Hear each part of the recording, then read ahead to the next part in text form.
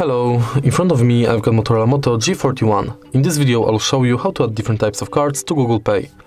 In the beginning enter Google Pay app, and now tap blue button at the bottom of the screen.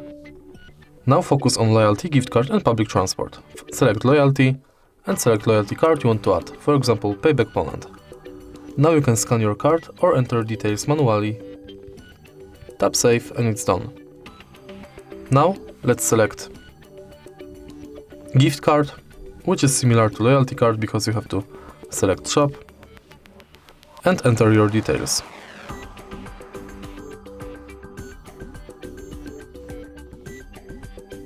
Last card you can add is public transport. If you are able to find your public transport, select it. You will be redirected to a website where you have to finish inside form. All of your cards will appear right here. If you find this video helpful, please leave a like, comment and subscribe.